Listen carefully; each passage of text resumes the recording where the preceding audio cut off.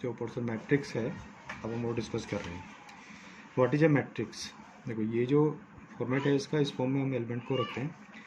तो when we define the matrix, the set of mn number arrange in the form of rectangular box of m rows and n column is called a m/n matrix. ठीक है, कोई भी set mn number का जिसको हम एक rectangular box में arrange करते हैं रो और कॉलम की फॉर्म में। रो कॉलम मतलब जैसे ये है, ये तो फॉर्मेट क्या हो गया, मैट्रिक्स को इस कॉलम में रखते हैं, रेक्टेंगुलर बॉक्स है। अब इस तरह जो ये हॉरिजॉन्टल लाइन है ये हो जाएंगी इसकी रो, और वर्टिकल लाइन जो है उसको कहेंगे कॉलम। ठीक है, किसी एलिमेंट को जब हम यहाँ प्लेस करते हैं तो उसको पहली रो पहले कॉलम का एलिमेंट, जैसे A11, तो यहाँ पे 1 क्या है, रो, और ये वाला 1 कॉलम। A11 A12 मतलब फर्स्ट रो का सेकंड एलिमेंट, फर्स्ट रो का थर्ड एलिमेंट। इसी तरह सेकंड रो का पहला एलिमेंट, सेकंड रो का दूसरा एलिमेंट, और सेकंड रो का तीसरा एलिमेंट। तीसरी रो का पहला एलिमेंट, तीसरी रो का दूसरा एलिमेंट, तीसरी रो का तीसरा एलिमेंट। तो यहाँ पर हमारे पास 3 रो हैं और 3 कॉलम हैं। तो इस मैट्रिक्स का जो ऑर्डर होगा वो 3/m होगा, 3/3 होगा। तो टोटल एलिमेंट इसके पास कितने हुए, 9। ठीक है, अगर नंबर ऑफ रो और नंबर ऑफ कॉलम बराबर हो तो ऐसे मैट्रिक्स को हम स्क्वायर मैट्रिक्स कहते हैं। अब according to the arrangement of the element किस तरह से अरेंज होंगे, इस बेस पर हम मैट्रिक्स के टाइप को डिफाइन करते हैं। मैट्रिक्स के जो डिफरेंट टाइप्स हैं, रो है तो उसको हम क्या कहेंगे, रो मैट्रिक्स कहेंगे। रो मैट्रिक्स मतलब उसमें सिर्फ इस तरह से A11 A12 A13 एक रो मैट्रिक्स हो गया। अगर कॉलम मैट्रिक्स है तो A11 A21 A31 ये कॉलम मैट्रिक्स हो गया। इसके बाद डायगोनल मैट्रिक्स जो होता है डायगोनल मैट्रिक्स में कोई भी ऐसा मैट्रिक्स जिसके डायगोनल के सारे एलिमेंट जीरो ना हो, यानी कोई एलिमेंट जीरो ना हो डायरेक्ट, जैसे 1 0 0 0 2 1 0 0 0 3, तो यहाँ पर हमारे पास डायगोनल एलिमेंट है। ठीक है, बाकी एलिमेंट जीरो हैं, तो ऐसे मैट्रिक्स को हम डायगोनल मैट्रिक्स कहेंगे। आइडेंटिटी मैट्रिक्स में अब दिखता तो ये भी हमें डायगोनल की तरह है, डायगोनल मैट्रिक्स की तरह है, लेकिन इसकी विशेषता ये है कि इसमें जो डायगोनल एलिमेंट होगा वो 1 1 होंगे सारे एलिमेंट, 1 0 0 0 1 0 0 0 1, यानी कि डायगोनल एलिमेंट अगर एक एक हो जाएं, सिर्फ 1 हो, तो ऐसे मैट्रिक्स को हम आइडेंटिटी मैट्रिक्स कहेंगे। ठीक है, अगर अरेंजमेंट अपर ट्रायंगल फॉर्म में हो, अपर ट्रायंगल लोअर ट्रायंगल दो तरीके से इसको हम रीड करते हैं। इसका मतलब होता है कि डायगोनल के ऊपर के सारे एलिमेंट हमें दिए होंगे और नीचे वाले एलिमेंट जीरो होंगे, जैसे 1 0 0 2 3 0 3 4 1। तो यहाँ पर डायगोनल से नीचे वाले जो एलिमेंट हैं वो सारे जीरो हैं। तो ऐसे केस में ऐसे मैट्रिक्स को हम अपर ट्रायंगुलर मैट्रिक्स कहेंगे। इसका उल्टा हम लोअर ट्रायंगुलर समझ सकते हैं, इस बार ये वाले एलिमेंट यहाँ आ जाएंगे और ऊपर वाले जीरो हो जाएंगे। ठीक है, इसके बाद अगर अब दो मैट्रिक्स को हमें बराबर रखना हो यानी कि इक्वल हो, तो इक्वल हम कब कहेंगे, equality of matrix. Equality of matrix के लिए दोनों मैट्रिक्स का ऑर्डर सेम होना चाहिए। तो किसी मैट्रिक्स को अगर हम सिंबलिक फॉर्म में लिखते हैं तो Aij m/n ऐसे करके लिखते हैं। अगर दूसरा मैट्रिक्स हमारा Bij वो भी m/n ऑर्डर का है तो हम कहेंगे दोनों एलिमेंट इक्वल है। तो is the equality of matrix. Equal matrix को ओनली इक्वल मैट्रिक्स को हम ऐड कर सकते हैं, सेपरेट कर सकते हैं। मल्टीप्लाई के लिए अलग केसेस होते हैं। ठीक है, तो इक्वलिटी मैट्रिक्स कहाँ पे काम आएगा, जैसे तुम्हें एक क्वेश्चन दिया उसमें तो कहेगी x minus y 2x minus y 2x plus z 3z plus w 13 value find करो। तो एक्स वाई की वैल्यू फाइंड करने के लिए, क्योंकि हमारे पास मैट्रिक्स का जो ऑर्डर है ये भी 2/2 ऑर्डर है, 2 रो 2 कॉलम है, ये भी 2/2 ऑर्डर है, तो हम कोरस्पॉन्डिंग मैट्रिक्स को, कोरस्पॉन्डिंग एलिमेंट्स को, यानी कि पहले रो के पहले एलिमेंट को इससे कंपेयर कर सकते हैं। x माइनस वाई बराबर -1, 2x प्लस 2 बराबर 5, 2x माइनस वाई बराबर क्या है 0, 3z plus W, 3z plus W बराबर 13। ठीक है, अब ये 4 इक्वेशन बन गए यहाँ पर, इनको सोल्व करके हम एक्स वाई जेड की वैल्यू फाइंड कर सकते हैं। तो ये हम क्यों कर पाए, क्योंकि मैट्रिक्स का ऑर्डर समान था, इसलिए हम उनकी तुलना कर पाए। तो इक्वेट करने के लिए अगर ऐड करना है, मतलब दो मैट्रिक्स हमारे पास है, तो ये कितने का 2/2 ऑर्डर का है, ये कितने का है 3/3 ऑर्डर का है। तो क्या हम इसको ऐड कर पाएंगे, नहीं ऐड कर पाएंगे, क्योंकि दोनों का ऑर्डर समान नहीं है। अगर ये भी 2/2 ऑर्डर होता ऐसे, तो अब ये कितना बचा 2/2, अब हम इसको ऐड कर देंगे। ऐड कैसे करेंगे, 1 + 2 3, 2 + 1 3, 3 + 2 5, 4 + 2 6, यानी कि 7 वाले जो पहले रो के पहले एलिमेंट को दूसरे मैट्रिक्स के पहले रो के पहले एलिमेंट से ऐड कर दो। इसी तरह जो उसके रेस्पेक्टिव एलिमेंट्स हैं, कॉरस्पॉन्डिंग एलिमेंट्स हैं, उनको हम ऐड करते जाएंगे। सब्ट्रैक्शन का केस भी इसी तरह होता है, इसी तरह यहाँ माइनस रहेगा तो माइनस करेंगे, ऐड होगा तो ऐड कंडीशन है। एलिमेंट और ऑर्डर के बेस पर क्वेश्चन है कि a matrix has 12 element, what are the possible order. तो इसके ऑर्डर क्या क्या हो सकते हैं, तो इसके ऑर्डर के लिए 1/12 हो सकता है, 12/1 हो सकता है, 3/4 हो सकता है, 4/3 हो सकता है, 6/2 हो सकता है, 2/6 हो सकता है। ये इसके पॉसिबल ऑर्डर है। क्यों, क्योंकि उनका जो प्रोडक्ट है वो 12 आना चाहिए। ठीक है, क्योंकि टोटल एलिमेंट हमारे पास 12 हैं, तो उसको एक रो और 12 कॉलम में लिख दो, 12 रो एक कॉलम में लिख दो, 3 रो 4 कॉलम में लिख दो। ऑर्डर को हमेशा रो बाय कॉलम में लिखते हैं, ये ध्यान रखना है, कॉलम बाय रो नहीं कर सकते हम। ठीक है, तो पहला वाला जो, तो ये इसके पॉसिबल ऑर्डर हो सकते हैं। तो पॉसिबल ऑर्डर निकालने के लिए हमने एलिमेंट्स को मल्टीप्लाई करके देख लेना चाहिए कि 12 किन किन तरीके से बन सकता है। ठीक है, देखो एडिशन और सब्ट्रैक्शन ऑफ मैट्रिक्स जो है वो बहुत ही सिंपल है, हमें डायरेक्ट एलिमेंट को ऐड करना है। तो उसमें सिर्फ रूल यही है कि दोनों के ऑर्डर सेम है, हम इजीली ऐड कर सकते हैं। लेकिन मल्टीप्लिकेशन में जब मल्टीप्लाई करेंगे तो वहाँ पर हमें ऑर्डर को ध्यान रखना पड़ेगा। जैसे अगर मुझे ए को बी से मल्टीप्लाई करना है, तो इसका ऑर्डर क्या है 2/2, 2 रो 2 कॉलम। बी का ऑर्डर क्या है, ये भी 2/2 है। ठीक है, तो क्या मैं ए और बी को मल्टीप्लाई कर सकता हूँ, तो उसके लिए मुझे क्या देखना पड़ेगा कि ए के जो कॉलम है वो बी की रो के बराबर होनी चाहिए। ठीक है, यानी कि अगर कॉलम ऑफ ए बराबर row of B, then only multiplication exit, सिर्फ तभी मल्टीप्लाई हो सकता है। हम मल्टीप्लाई कैसे करेंगे, अगर ए बी निकालना है 1 - 1 2 3 2 1 1 0, इसको मल्टीप्लाई करना है, ध्यान से देखना है। पहली रो को पहले कॉलम से मल्टीप्लाई करेंगे, 1 × 2, 1 × 2, अब यहाँ पर प्लस आता है, ये क्या -1 माइनस इंटू 1। अब फर्स्ट रो को सेकंड कॉलम से 1 × 1 प्लस -1 × 0। अब दो को मतलब सेकंड रो को 2 × 2 प्लस 3 × 1। अब सेकंड रो को सेकंड कॉलम से करो, 2 × 1 प्लस 3 × 0।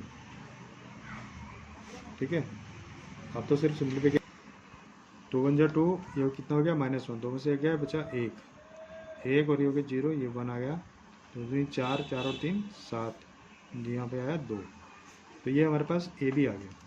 तो चाहे वो 3/3 ऑर्डर का मैट्रिक्स हो या कोई भी बड़ा ऑर्डर हो, उनको मल्टीप्लाई करने में यही रूल हम लगाएंगे। हमें ध्यान क्या रखना है कि अगर हमारे पास ए कोई मैट्रिक्स है, AIJ के फॉर्म में लिखते हैं इसको M/N ऑर्डर का, और बी कोई मैट्रिक्स है BIJ P/Q ऑर्डर का। ठीक है, अगर नंबर ऑफ कॉलम यानी n number of row B के ये बराबर होंगे तभी हम मल्टीप्लाई कर सकते हैं मैट्रिक्स को, अदरवाइज नहीं कर सकते। ठीक है, ये मल्टीप्लिकेशन का रूल है।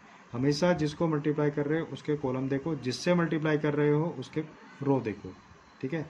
इसीलिए जो मल्टीप्लिकेशन ऑफ मैट्रिक्स है वो रिवर्स ऑर्डर में नहीं होता है, मतलब उसको अगर ए को बी से मल्टीप्लाई करें तो ज़रूरी नहीं कि हमारा बी से ए से मल्टीप्लाई हो जाए। तो कैसे नहीं होगा, देखो मान लो कि ए मैट्रिक्स है हमारे पास कोई, ये है 2/3 ऑर्डर का, और कोई दूसरा मैट्रिक्स है वो है 3/3 ऑर्डर का। तो अभी हम इसको, ये ए मैट्रिक्स था, ये बी मैट्रिक्स है, ठीक है। तो इसके पास जो कॉलम है वो इसकी रो के बराबर है, यानी कि ए को, क्योंकि ए को बी से मल्टीप्लाई कर रहे हैं इसलिए हम ए के कॉलम देख रहे हैं, तो ए भी हो जाएगा। लेकिन अगर मुझे बी को ए से मल्टीप्लाई करना है तो फिर मैं बी के कॉलम देखूंगा और ए की रो देखूंगा, ठीक है। तो बी के पास 3 कॉलम है लेकिन ए के पास 2 रो हैं, तो ये पॉसिबल नहीं है, इसको मल्टीप्लाई नहीं कर सकते।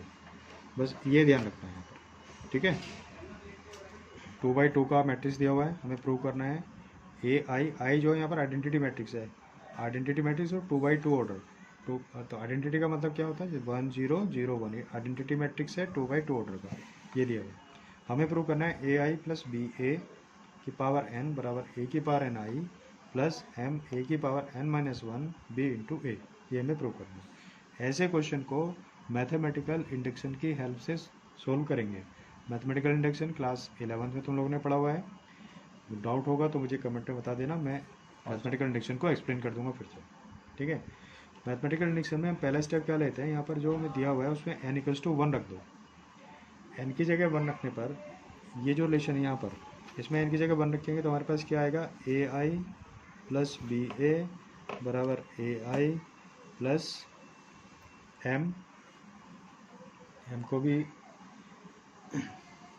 1 और ए की पावर 1-1 0 हो गया, ठीक है। तो क्या बचा, बी ए बचा।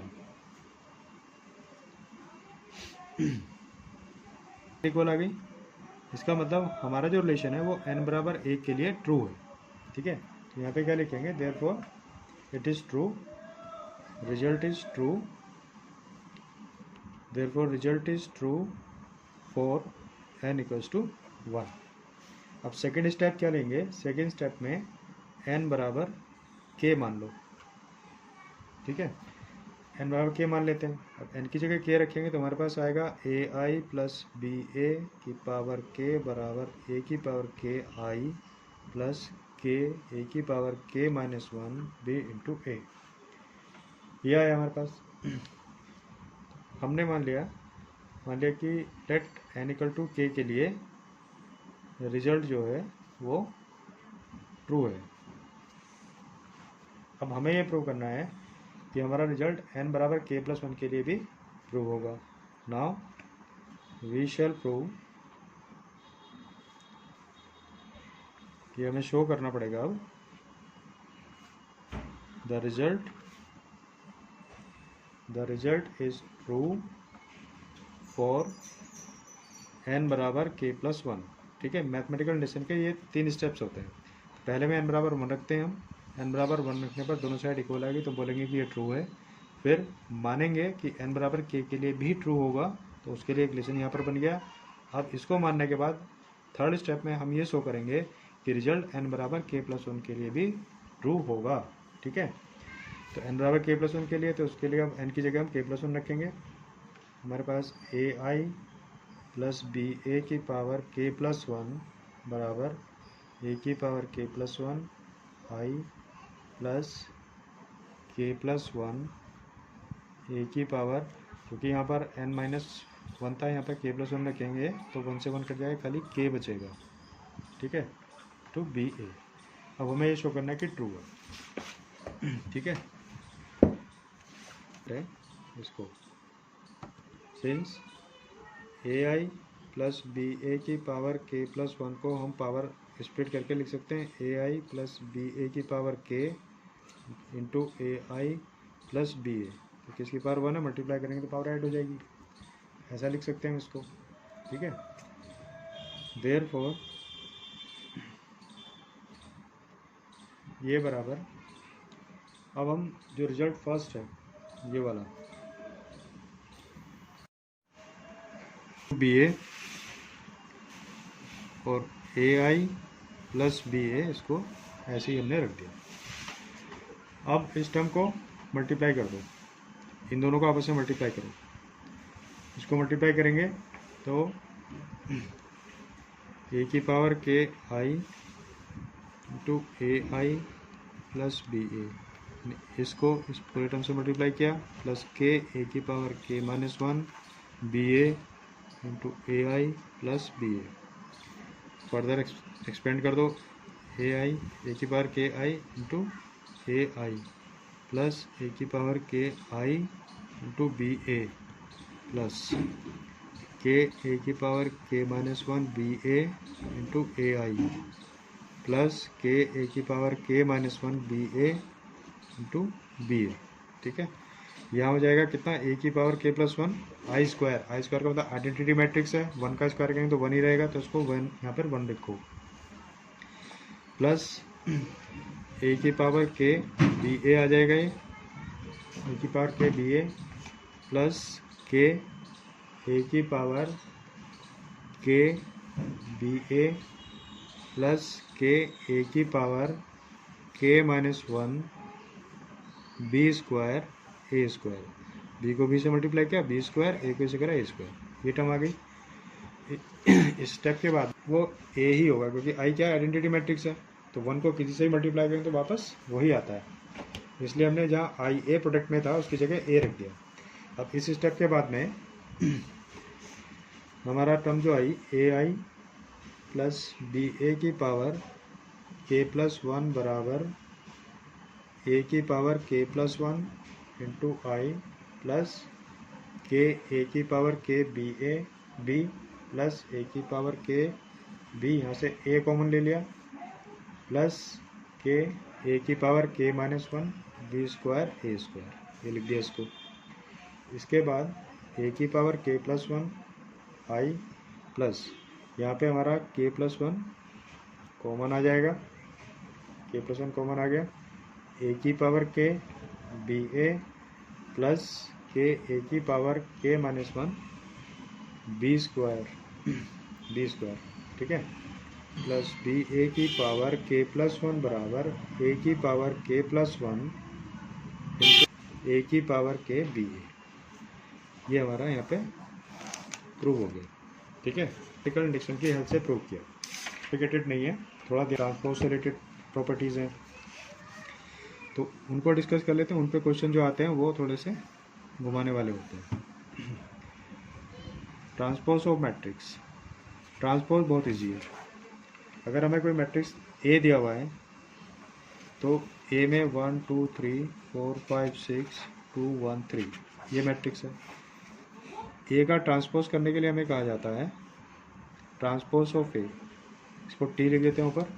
तो ट्रांसपोज में क्या करना है, सिर्फ रो को कॉलम में लिख दो, रो यहाँ पर 1 2 3 है तो 1 2 3 4 5 6 4 5 6 2 1 3 2 1 3, ठीक है, रो को कॉलम में लिख दिया, ट्रांसपोज हो गया। ठीक है, तो ट्रांसपोज मीन्स सीधा जो रो एलिमेंट है उनको कॉलम एलिमेंट में लिख देते हैं। ठीक है, ट्रांसपोज की कुछ प्रॉपर्टी है। प्रॉपर्टी नंबर 1, किसी भी मैट्रिक्स को फॉर एनी मैट्रिक्स ए अगर हम उसके ट्रांसपोज का ट्रांसपोज करें, जैसे हमने ए का ट्रांसपोज किया, अब इसका फिर से ट्रांसपोज कर दो तो क्या आ जाएगा, वापस ए आ जाएगा। तो transpose of the transpose of matrix बराबर मैट्रिक्स इटसेल्फ, एक प्रॉपर्टी ये होती है। दो मैट्रिक्स हैं ए और बी, उनको हमने ऐड किया, ऐड करने के बाद हमने उसका ट्रांसपोज किया। ठीक है, वो बराबर होगा, हम ए का ट्रांसपोज कर लेंगे और बी का भी ट्रांसपोज कर लेंगे, दोनों को ऐड करेंगे तो इनका जो ट्रांसपोज का जो सम होगा वो उनके सम के ट्रांसपोज के बराबर होगा। ठीक है। थर्ड प्रॉपर्टी, अगर कोई स्केलर नंबर है के को हमने ए से मल्टीप्लाई किया तो पहले मैट्रिक्स ए दिया हुआ होगा, हम उसको के से मल्टीप्लाई करेंगे, जैसे यहाँ पर है इसको हम 2 से मल्टीप्लाई करते हैं। चलो तो 2 1 जा 2 2 2 जा 4 2 3 जा 6, तो सारे एलिमेंट को 2 से मल्टीप्लाई हो जाएगा। मल्टीप्लाई करने के बाद ट्रांसपोज करना है, तो मल्टीप्लाई करने के बाद ट्रांसपोज किया हमने। ठीक है, तो ये जो मैट्रिक्स होगा वो उस मैट्रिक्स को ट्रांसपोज करने के बाद तो मल्टीप्लाई जो करोगे उसके बराबर होगा। मतलब पहले क्या किया हमने, पहले मल्टीप्लाई किया तब ट्रांसपोज किया, यहाँ पर पहले ट्रांसपोज किया उसके बाद मल्टीप्लाई किया, तो ऐसे केस में रिजल्ट सेम रहेगा। ठीक है। प्रॉपर्टी नंबर 4, कोई दो मैट्रिक्स हमारे पास है ए एंड बी, उन दोनों को हमने मल्टीप्लाई किया। हमारे पास दो मैट्रिक्स थे ए और बी, पहले हमने उनको मल्टीप्लाई किया, मल्टीप्लाई करने के बाद उसका ट्रांसपोज कर दिया, यानी कि रो को कॉलम में चेंज कर दिया।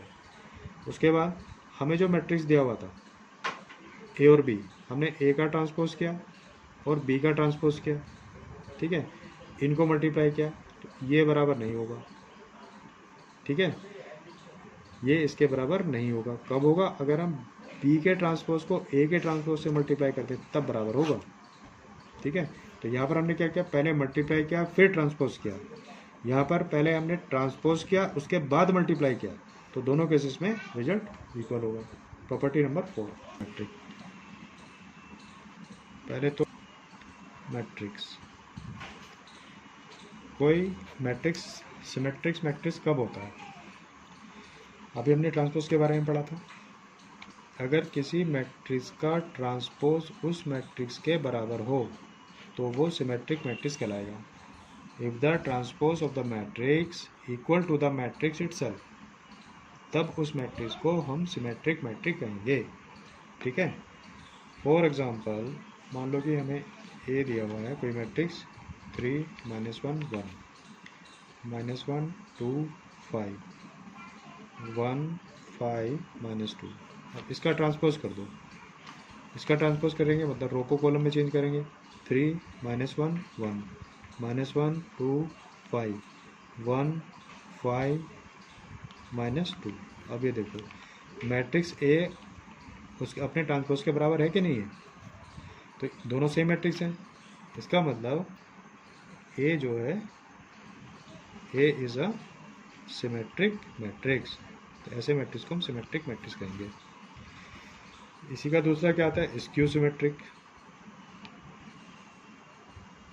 Skew symmetric matrix, skew symmetric matrix में अगर किसी मैट्रिक्स का ट्रांसपोज उसके नेगेटिव के बराबर हो, यानी कि माइनस कॉमन लेने पर उसके बराबर आ रहा हो, तब उसको स्क्यू सिमेट्रिक मैट्रिक्स कहेंगे। ठीक है।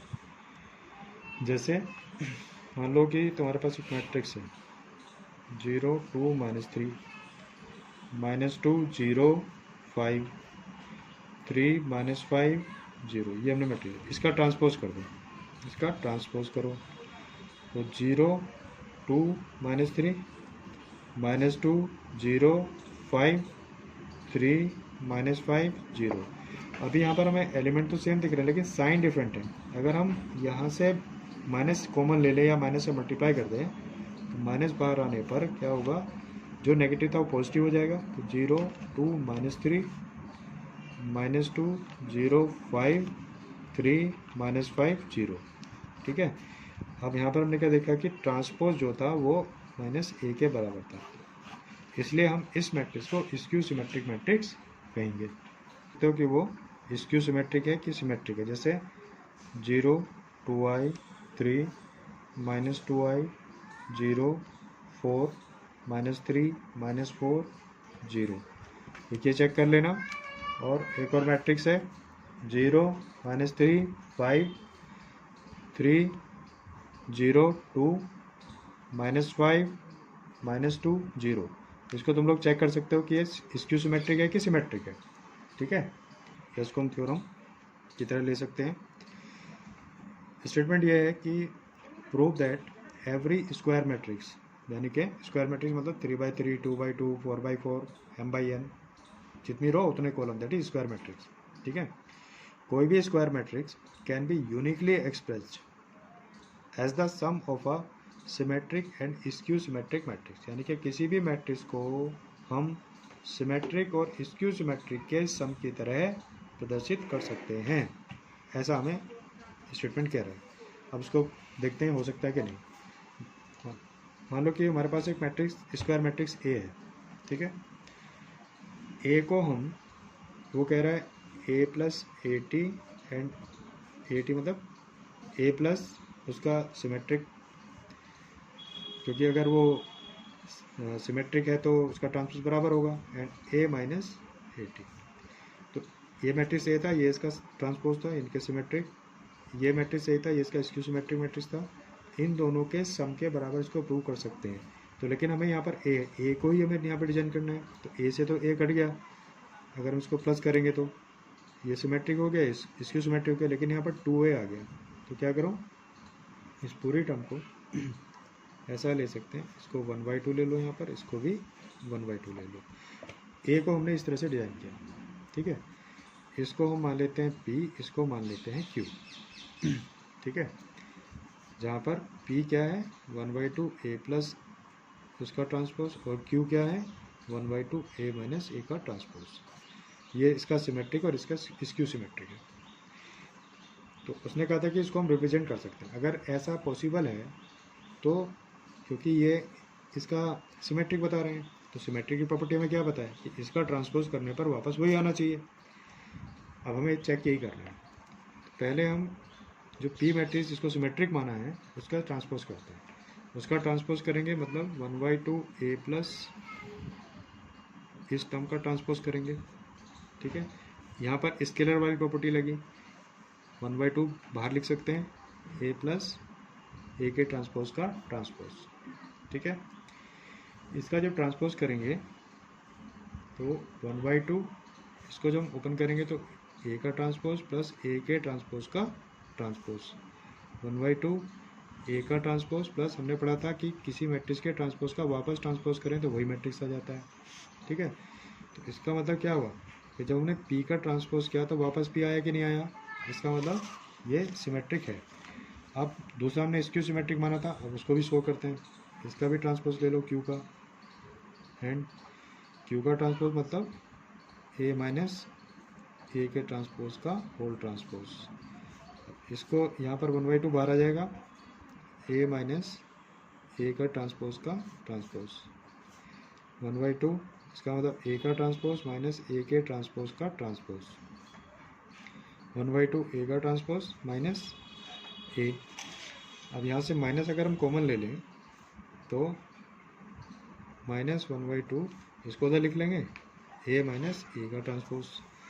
तो ये आया क्यू, यानी कि क्यू का जब हमने ट्रांसपोज किया तो माइनस क्यू आया, इसका मतलब स्क्यू सिमेट्रिक है कि नहीं है, ठीक है।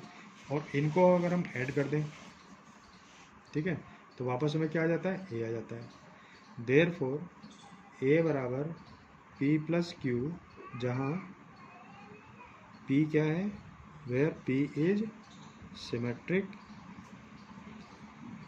And Q is skew symmetric. Q जो है वो स्क्यू सिमेट्रिक है, ठीक है। तो ए को हम एक्सप्रेस कर सकते हैं as the sum of symmetric and a skew symmetric matrix. यहाँ पर हमने ए को उसके सिमेट्रिक और स्क्यू सिमेट्रिक के सम के फॉर्म में रख दिया। यूनिकनेस की बात वो कर रहा था, यूनिकली एक्सप्रेस। यूनिकली एक्सप्रेस मतलब कि इसी तरह से कर सकते हैं, किसी दूसरे तरीके से नहीं कर सकते, मतलब इफ पॉसिबल।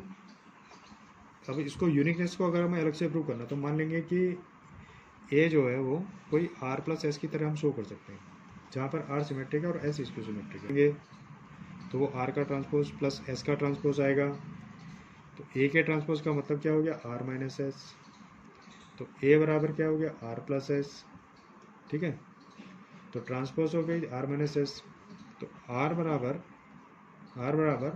ऐड करेंगे तो ए प्लस ए का ट्रांसपोज आएगा कि नहीं आएगा, जो किसके बराबर आया, पी के बराबर आएगा।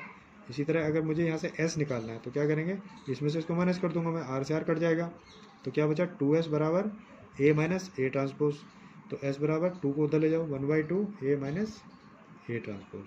तो ये क्यों आ गया, इज दैट हम किसी भी तरह से माने हमें रिजल्ट वही मिलेगा, इसलिए ये यूनिकनेस है, ठीक है। ये प्रॉपर्टी इंपॉर्टेंट है।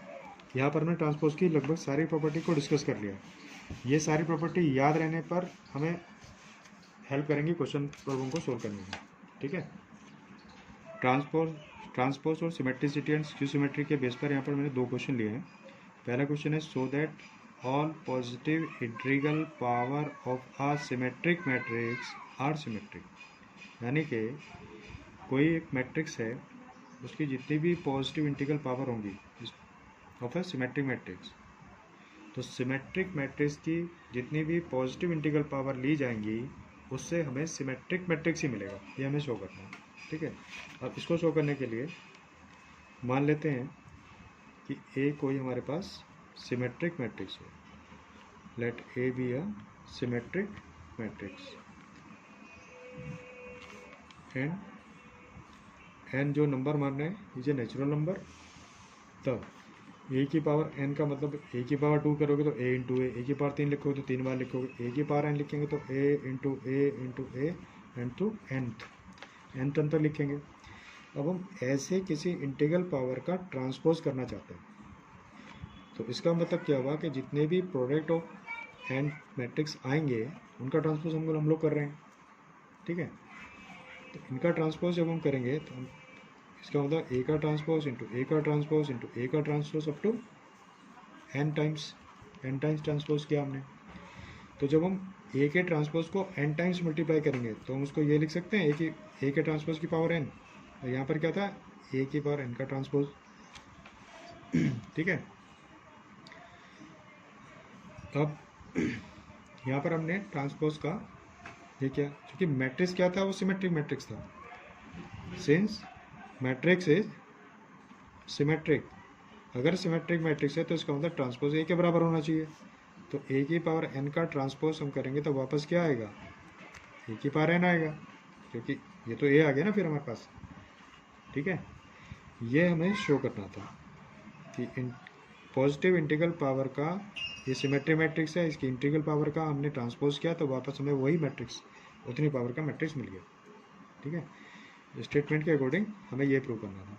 हमें शो करना है कि ये दो सिमेट्रिक मैट्रिक्स का सम एक सिमेट्रिक मैट्रिक्स होगा। ठीक है, अब दिया हुआ क्या है, ए और बी सिमेट्रिक मैट्रिक्स है। A and B are symmetric. अगर सिमेट्रिक है तो हमें पता है कि ए का ट्रांसपोज करने पर वापस ए आना चाहिए और बी का ट्रांसपोज करने पर भी बी आना चाहिए, क्योंकि वो सिमेट्रिक दिया हुआ उसने। तो जो दिया हुआ हमने उसको यूज़ किया। अब जो फर्स्ट पार्ट है ए प्लस बी, हमें सिमेट्रिक प्रूव करना है। A plus B symmetric prove करना मतलब कि ए प्लस बी का ट्रांसपोज वापस ए प्लस बी आ जाए तो सिमेट्रिक हो जाएगा। ठीक है, तो ए प्लस बी का जब हम ट्रांसपोज करते हैं तो हमने प्रॉपर्टी क्या पढ़ी थी, इस तरह से एक्सप्लेन करते हैं। और ए का ट्रांसपोज चूँकि ए के बराबर था, बी का ट्रांसपोज बी के बराबर था गिवन, इसलिए ए प्लस बी का ट्रांसपोज एक सिमेट्रिक मैट्रिक्स होगा। Second part A B minus B A, इसको बोला ये स्क्यू सिमेट्रिक होगा। अगर ये स्क्यू सिमेट्रिक है तो इसको प्रूव करने के लिए हमने इस टर्म का ट्रांसपोज करेंगे। इसके ट्रांसपोज का मतलब है कि ए बी का ट्रांसपोज माइनस बी ए का ट्रांसपोज। प्रोडक्ट में जब हम किसी टर्म को ट्रांसपोर्ट करते हैं तो क्या लिखेंगे, बी का ट्रांसपोज इंटू ए का ट्रांसपोज, ऑर्डर चेंज हो जाता है यहाँ पर, माइनस ए का ट्रांसपोज इंटू बी का ट्रांसपोज। ये ध्यान रखना है, यहाँ पर प्रोडक्ट में गलती हो जाती है कई बार।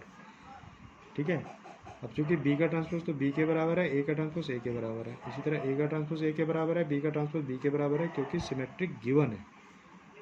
अब ये मैट्रिक्स में जब हम माइनस कॉमन ले लेंगे तो हम इसको ए बी माइनस बी ए लिख सकते हैं कि नहीं लिख सकते। तो इसका मतलब क्या हुआ, ये जो गिवन मैट्रिक्स था उसका ट्रांसपोज करने पर नेगेटिव में ये टर्म आ रही है। तो it means A B minus B A एक स्क्यू सिमेट्रिक मैट्रिक्स है, is a skew symmetric matrix. ये प्रूव हो गया, आसान है कि नहीं। थर्ड पार्ट में हमें प्रूव करना है कि A B plus B A symmetric है। उसी तरह से करेंगे, अभी यहाँ पर नेगेटिव था तो हमने ऐसे किया, अब यहाँ पर पॉजिटिव आ गया। तो ए बी प्लस बी ए का ट्रांसपोज मतलब ए बी का ट्रांसपोज प्लस बी ए का ट्रांसपोज। तो इस बार प्लस है तो नेगेटिव लेने की जरूरत ही नहीं पड़ेगी, वापस वही मैट्रिक्स आ जाएगा। तो ये इजीली प्रूव हो जाएगा कि ये सिमेट्रिक है। ठीक है, सिमेट्रिक, स्क्यू सिमेट्रिक, और हम उसको कैसे एक मैट्रिक्स को सिमेट्रिक और स्क्यू सिमेट्रिक के सम में रिप्रेजेंट कर सकते हैं वो मैंने यहाँ पर बता दिया। ये क्वेश्चन मैं दे रहा हूँ, क्वेश्चन है express the matrix A 3 2 3 4 5 3 2 4 5. Express this matrix as the sum of a symmetric and skew symmetric matrix, इसकी तरह हमें इसको शो करना है। ठीक है, मैट्रिक्स से रिलेटेड अभी जितनी बेसिक प्रॉपर्टीज़ थी वो लगभग हमने यहाँ पर डिस्कस कर ली। इसके बाद इक्वेशंस आती हैं, मैट्रिक्स इन्वर्स आता है।